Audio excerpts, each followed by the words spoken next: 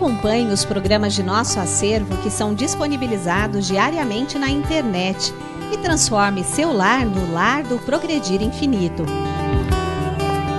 Inscreva-se em nosso canal no YouTube, youtube.com/Seitonoi Brasil. Curta nossa página no Facebook, facebook.com/SNI Brasil e acesse sni.org.br. Programa Seitonoi na TV, a qualquer hora e em qualquer lugar, levando até você o modo feliz de viver em harmonia com a natureza.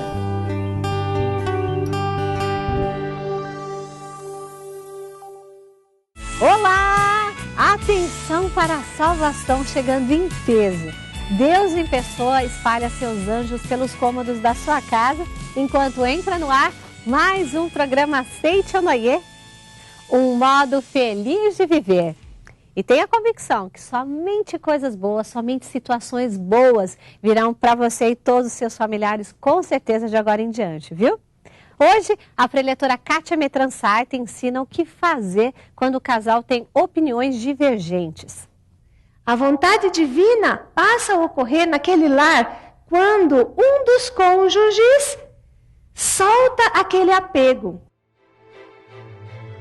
Seja você também um mantenedor do programa Seitonoi na TV. Acesse o site sni.org.br/SNITV ou pelos telefones 0800 770 2600 ou 0 prestadora 11 5074 4180 e transforme a sua vida e a de muitas pessoas através de sua doação.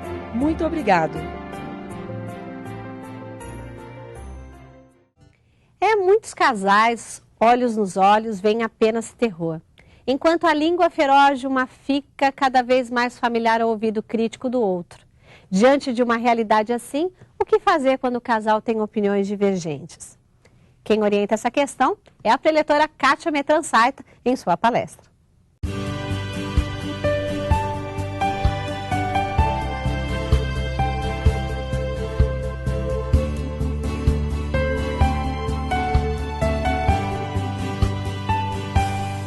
Quando o casal tem opiniões divergentes, acredito que há muitos casais aqui presentes.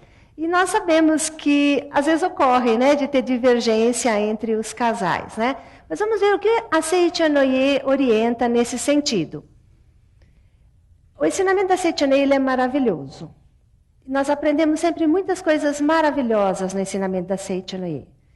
Uma das coisas que a Seitonoi ensina é que o ser humano é um ser livre, não é verdade?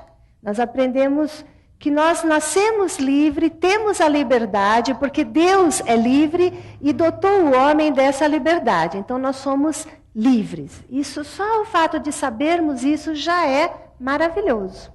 Existe uma outra questão, um outro ponto que a Seitonoi ensina, que também é maravilhoso, que diz que nós devemos reverenciar a outra pessoa.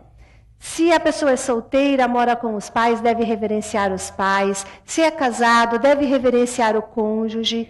Se tem filhos, os pais devem reverenciar os filhos devem reverenciar os pais, não é verdade? Mas o que seria esse reverenciar? Né? O que é reverenciar? Então, neste livro, volume 5, A Verdade, diz assim: reverenciar é acreditar na natureza divina dessa pessoa, honrá-la e respeitá-la. Então, o fato de reverenciar não significa simplesmente se curvar, não é? Porque as pessoas ouvem a palavra reverenciar, então vou fazer uma reverência. Ou também aprendem que é para fazer a posição de oração com as mãos e aí fazem esse gesto. Mas não é simplesmente um gesto. Não é apenas o gesto. Que sentimento há por trás desse gesto? Isso que é importante. Então, a reverência, apesar de fazer os gestos, tem que ter esse sentimento de honrar. Então, os filhos que têm a honra de ter aqueles pais, não é? Ou os pais que ficam honrados, felizes por terem os filhos, aqueles filhos, né? Então, honrar a pessoa. Respeitar, quando os cônjuges se respeitam, quando há aquele respeito mútuo, né? Não importa como é o cônjuge, se é gordo, se é magro, se é alto, se é baixo, se é bonito, se é feio, mas é o respeito pelo cônjuge. Então, esse honrar, esse respeitar, é que é o significado de reverenciar. Então, esse é um ensinamento maravilhoso da Seichonoye. E tem mais um ensinamento maravilhoso da Seichonoye, que à medida que vamos aprendendo, aprofundando no estudo, nós aprendemos e vamos nos melhorando, que é no sentido de anular o nosso ego. É um ensinamento maravilhoso da Seichonoye. Nem sempre é tão simples, não é? Nem sempre é fácil. Mas é algo fundamental, e é sobre isso que nós estamos estudando nesse capítulo, que fala quando o casal tem opiniões divergentes. O casal aprender a anular o ego, seja o marido ou seja a mulher. Então precisa acertar, não é? Essa questão de ver se está realmente anulando o seu ego. Então tem um relato, conta um caso aqui de uma senhora no Japão, que ela já era da Seichonoye, e como uma fervorosa praticante, ela praticava a meditação Shinsokan. Ela fazia a leitura da Sutra Sagrada sempre, todos os dias. E ela desejava muito, muito que o marido também a acompanhasse nessa prática, na prática da leitura da Sutra, ou na prática da meditação Shinsokan. Contudo, diz aqui, o marido, ele tinha uma outra religião. Como era lá no Japão, ele praticava muito a religião shintoísta. Então, ele tinha as suas práticas dentro dessa religião. Esse desejo da esposa de que o marido praticasse a Seichonoye foi criando um certo clima de desarmonia dentro do lar. Apesar dela ser da Seichonoye, ela falava, mas por que ele não me acompanha? Por que ele não frequenta a Seichonoye? Por que ele não faz junto a leitura da Sutra Sagrada junto comigo? Então isso foi criando um clima de desarmonia, mesmo ela sendo da Seichonoye. Mas ela passou a refletir, puxa, a Seichonoye fala em harmonia, não em desarmonia. Então o que é que eu tenho que fazer? E ela refletiu e viu que o que ela precisava era anular o seu pensamento, o seu sentimento egoísta de querer que o marido fizesse aquilo que ela queria. Que na realidade aquilo era um sentimento de querer impor a opinião própria, né? De querer que o cônjuge fizesse aquilo que ela queria. Então diz que ela refletiu. E o mestre Masaharu Taniguchi fala a respeito disso. A Seichonoye é o lar autêntico da imagem verdadeira. E nessa imagem estão contidas infinitas imagens que se manifestam de acordo com o tempo, o lugar e a pessoa. Para que essas imagens se manifestem no tempo adequado, no lugar apropriado e na pessoa certa, é necessário que se alcance um estado mental em que, mesmo acreditando na Seichonoye, não se apegue a ela. Então não devemos, mesmo acreditando na Seichonoye, não devemos ter apego de espécie alguma, não é? Então, esse apego que ela tinha de querer que o marido se tornasse Seichonoye ou acompanhasse, aquele sentimento de apego era egoísmo, era manifestação do ego. Então diz que ela refletiu sobre isso e um dia falou para o marido assim, após essa reflexão, falou assim, sabe, querido, eu vou deixar a Seichonoye e toda manhã eu vou rezar junto com você no santuário shintoísta. Aí o marido, depois dela ter tomado a decisão de anular o seu ego e até de acompanhar o marido na religião dele, ele disse assim para ela, não, você deve seguir a Seichonoye. Não há nada de errado nisso. Você pode se dedicar a Seichonoye o dia todo se você quiser. Então, quando ela soltou, ele também soltou, concordou e voltou à harmonia no lar. Então, isso significa, realmente, né? É um ensinamento maravilhoso. Então, isso significa que nós não devemos ter apego a nada, absolutamente nada. Temos que anular o nosso ego, né? Então, o mestre diz que é isso que ocorre quando a pessoa se liberta do sentimento egoísta, passa a manifestar a vontade de Deus. A vontade divina passa a ocorrer naquele lar quando um dos cônjuges solta aquele apego, aquilo que estava amarrando. Isso também pode, às vezes, ocorrer entre pais e filhos, não é? Quando os pais querem, porque querem, a toda prova, que os filhos façam aquilo que eles idealizaram, que os pais idealizaram. E quando os pais têm esse apego, esse sentimento, né, de querer fazer daquela forma que os filhos sigam, o que ocorre? Os filhos tomam atitudes completamente diferentes, às vezes, muitas vezes, frequentemente o contrário, justamente o contrário do que os pais querem. Agora, quando os pais dão a liberdade, soltam, né, desapegam, o que vai ocorrer? Vai ocorrer que os filhos eles vão voltar a se encaminhar para o caminho que é a vontade de Deus, que a vontade divina então se manifesta. Então o mestre diz, quando a pessoa anula o próprio ego, ela se torna una com a vontade de Deus. Então sempre devemos pensar, não que seja feita a minha vontade, mas que seja feita a vontade de Deus, né? Mais adiante, neste mesmo capítulo, tem um outro caso, de um outro casal. E o mestre conta, o professor Masaharu Taniguchi conta, que a esposa também foi um momento em que ela teve que praticar esse anular totalmente o ego, né?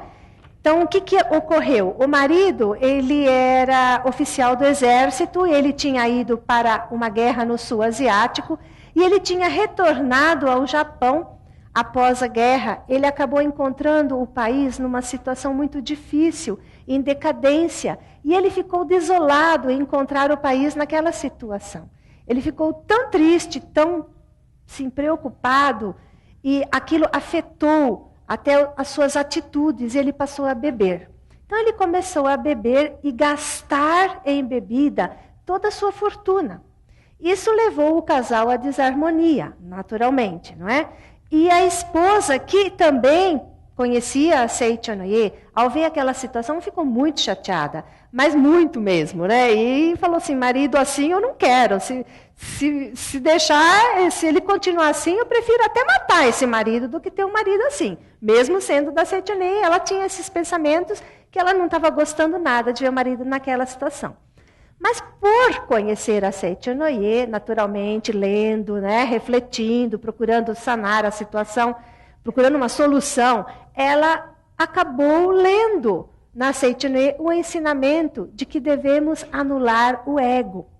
Então, ela leu que o aspecto do marido, na realidade, é sombra da mente da esposa, e vice-versa. Também o aspecto da esposa é sombra da mente do marido, porque os cônjuges, eles se comunicam, as mentes se comunicam. É um outro ensinamento da Seicho Noye, que nesse caso era isso que estava ocorrendo. Então, a mente preocupada dela, a mente angustiada, né, de muita preocupação, estava refletindo no marido também preocupado, que estava bebendo, que estava até gastando todo o dinheiro em bebidas, porque ele estava triste com a situação do país. Então ela refletiu. Então ela disse assim, se o meu marido está assim, é reflexo da minha mente, então eu vou mudar, preciso mudar a minha mente. Então eu vou anular o meu ego e vou reverenciá-lo. Então aí está o ensinamento da Seicho Noye. Anular o ego e reverenciar o marido. O que é mesmo reverenciar, que a gente já estudou aqui nesse capítulo? É honrar e respeitar, não é? Então ela passou a praticar. Quando ela decidiu, veja só, quando ela decidiu, não precisou nem ainda entrar em ação, bastou a decisão dela de reverenciar o marido parou de beber, conta aqui no relato, e também passou a acompanhar a esposa nas práticas da Seichonoye. Bastou a decisão, né? Bastou a decisão. Realmente, o ensinamento da Seichonoye, quando colocado em prática, ele funciona, não é? O ensinamento, ele é prática, porque é a verdade. Quando a verdade é colocada em prática, a verdade liberta, não é? A verdade transforma a vida da pessoa. Então, o professor Masaharu Taniguchi diz que o cônjuge passa a fazer tudo o que o outro deseja, não é? Porque o casal se torna uma só vida e a vontade de um passa a ser a vontade do outro. Quando um se anula, não é se anular no sentido de deixar de existir, mas anular aquele pensamento egoísta. Quando existe essa anulação, o outro passa a fazer a vontade daquele, né? Então, a intransigência não é bom, né? A inflexibilidade, não, eu quero assim, vai ter que ser assim, não é? Do meu jeito, essa inflexibilidade não é boa, porque não vamos conseguir realizar o intento dessa forma. Então, o professor Masaharu Taniguchi diz que a opinião, quando está tendo choques de opiniões entre o casal, é preciso verificar se não está tendo essa intransigência, essa inflexibilidade, né? Então, é preciso que elimine isso que está dividindo o casal.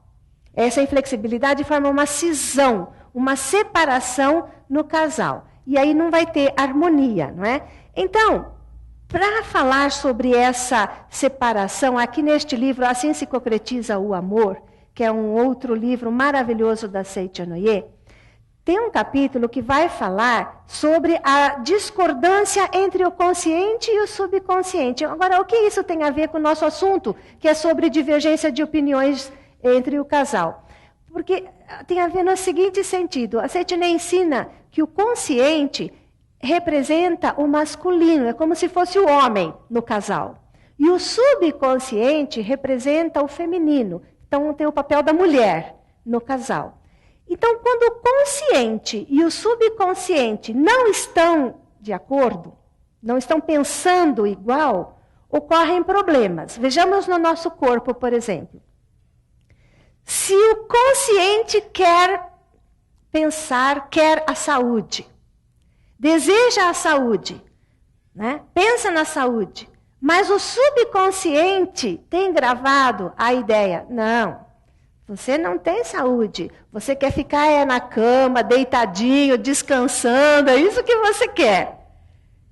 Então há uma divergência entre o pensamento do consciente e o que o subconsciente tem de ideia já fixada. Então, tendo essa divergência, não atuam juntos, acaba ocorrendo da pessoa ficar doente. Por quê? Porque o subconsciente, ele faz todo o trabalho, esse trabalho interno do nosso corpo, né? Todos os nossos movimentos involuntários acabam sendo processados de acordo com a força do subconsciente.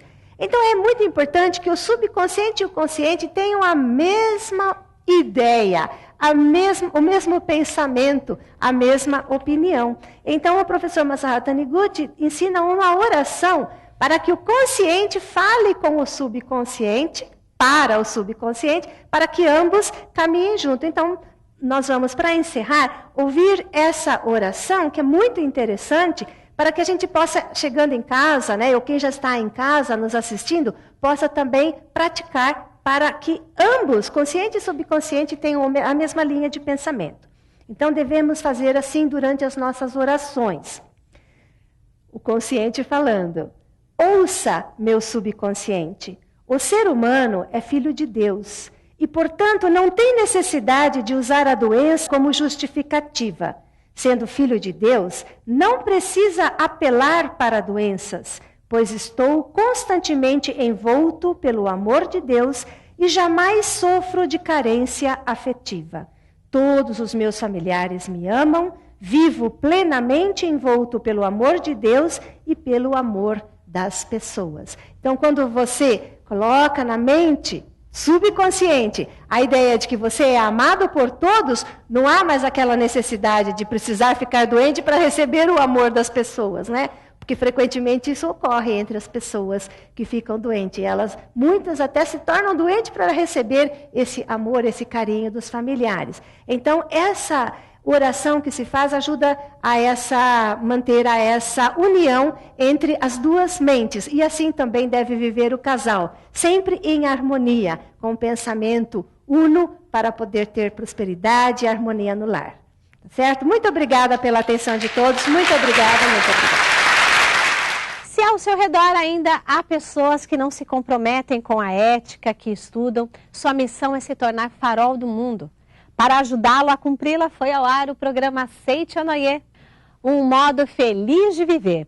Quando você pode fazer, mas não quer, planta no futuro o dia de precisar fazer, mas não pode. Então, decide rezar já tudo o que precisa rezar para ser mais feliz. Então vamos juntos ao nosso momento de oração, agradecendo de todo o coração a sua companhia. Muito obrigada.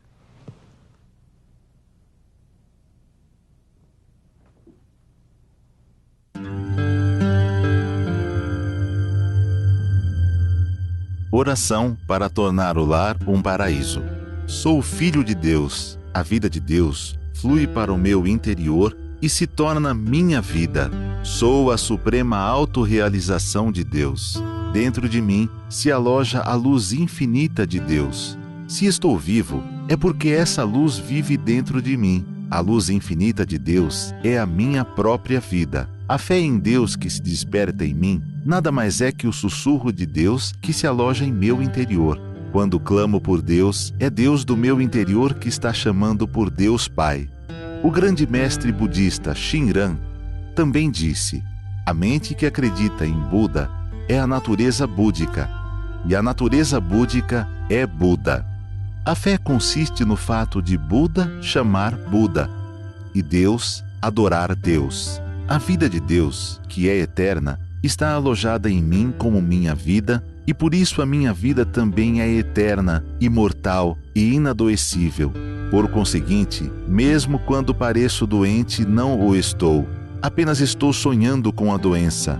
Mesmo quando pareço morto, não o estou. Estou apenas sonhando com a morte. E o que me desperta desse sonho é a luz infinita de Deus. Diante da sua luz, treva alguma pode permanecer. Neste momento, chamo por Deus. Quando o ser humano chama por Deus, este lhe responde. Chamando por Deus, estou sintonizando com as suas vibrações mentais. Estou sempre unido a Deus. Sou um com Deus. Todos os membros da minha família também são filhos de Deus. Sempre reverencio os meus familiares como filhos de Deus. Muito obrigado.